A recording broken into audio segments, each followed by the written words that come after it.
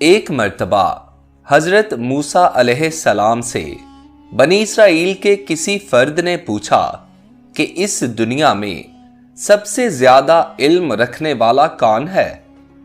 تو حضرت موسیٰ علیہ السلام نے جواب دیا، میں۔ اس جواب پر اللہ نے ان پر وحی فرمائی کہ روئے زمین پر اللہ کا ایک بندہ ہے جو حضرت موسیٰ علیہ السلام سے بھی زیادہ علم رکھتا ہے۔ یہ علم کی آزمائش تھی، لیکن حضرت موسیٰ علیہ السلام نے عاجزی اختیار کر کے اس میں کامیابی حاصل کی۔ اللہ تعالیٰ نے حضرت موسیٰ علیہ السلام کو ایک سفر پر بھیجا۔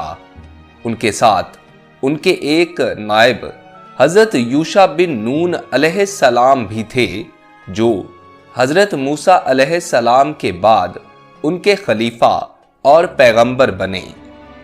پانی کے قریب ان دونوں کی ملاقات اللہ کے ایک خصوصی بندے سے ہوئی جن کا نام حضرت خضر علیہ السلام بیان کیا جاتا ہے۔ حضرت خضر علیہ السلام کے ساتھ حضرت موسیٰ علیہ السلام کا سفر شروع ہوا تو 3 واقعات پے در پے ایسے پیش آئے جن کی کوئی توجیہ ممکن نہیں تھی۔ پہلا واقعہ یہ ہوا کہ حضرت خضر علیہ السلام انہیں لے کر ایک کشتی پر سوار ہوئے اور اس کشتی میں بلا وجہ سوراخ کر دیا۔ کسی کو یوں مالی نقصان پہنچانا ایک بڑی معیوب حرکت تھی، جس پر حضرت موسیٰ علیہ السلام نے حضرت خضر علیہ السلام کے سامنے احتجاج کیا۔ اس سے زیادہ معیوب حرکت انہوں نے آگے چل کر یوں کی کہ ایک لڑکے کو بلا وجہ مار ڈالا۔ حضرت موسیٰ علیہ السلام نے حضرت خضر علیہ السلام کے سامنے پھر احتجاج کیا۔ اچھوں کے ساتھ برا کرنے کے بعد انہوں نے تیسرا کام یہ کیا کہ بروں کے ساتھ بڑی بھلائی کر دی۔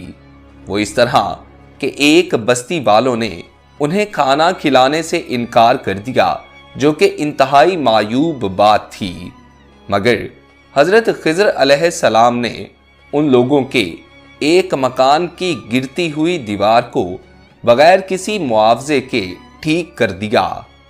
حضرت موسیٰ علیہ السلام سے پھر صبر نہ ہو سکا اور انہوں نے حضرت خضر علیہ السلام کے اس عمل پر پھر اعتراض کیا۔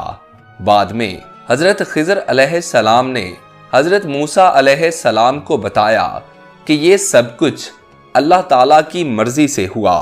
معاملے کی اصل حقیقت یہ تھی کہ کشتی کچھ انتہائی غریب لوگوں کی تھی۔ آگے ایک ظالم بادشاہ تمام لوگوں کی کشتیاں چھین رہا تھا، مگر ان کی کشتی میں ایک عیب دیکھ کر اس نے ان غریب لوگوں کی کشتی کو چھوڑ دیا۔ یوں یہ چھوٹی تکلیف بہت بڑی محرومی سے بچنے کا سبب بنی۔ وہ بچہ جو قتل کیا گیا تھا، اس کے آثار یہ تھے کہ اس نے بڑا ہو کر خود بھی کفر و سرکشی میں مبتلا ہونا تھا اور اپنے والدین کو بھی مبتلا کر دینا تھا۔ چنانچہ اللہ تعالیٰ نے اس برے بچے کے بدلے میں ان والدین کو ایک بہتر، نیک اور صالح بیٹا دینے کا فیصلہ کیا۔ جہاں تک اس بستی کا معاملہ تھا تو حضرت خضر علیہ السلام نے احسان اس بستی والوں پر نہیں بلکہ اس نیک شخص کے یتیم بچوں پر کیا کہ وہ صالح شخص فوت ہو چکا تھا اور اس کے بچے ابھی چھوٹے تھے جو اپنا تحفظ نہیں کر سکتے تھے۔ ان یتیم بچوں کے گھر میں ایک خزانہ تھا جو دیوار گرنے کی صورت میں ظاہر ہو جاتا اور دوسرے لوگ اسے لے اڑتے، مگر اللہ تعالیٰ نے غیب سے یہ اہتمام فرما دیا کہ ان یتیم بچوں کی جوانی تک یہ خزانہ محفوظ کر دیا گیا۔ سبحان اللہ۔ اس قصے سے پتہ چلتا ہے کہ ہر کام میں اللہ کی بڑی گہری حکمتیں ہوتی ہیں۔ وہ علیم اور خبیر ہے۔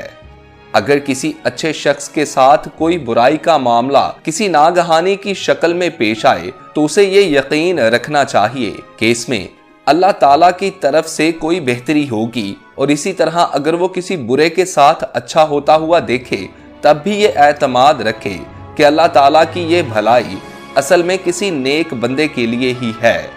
مومن کا توکل ہمیشہ اللہ پر ہی رہتا ہے، چنانچہ وہ ہر چیز کے پیچھے خیر ہی دیکھتا ہے، چاہے بظاہر اسے اس معاملے میں کوئی چیز بری نظر آ رہی ہو۔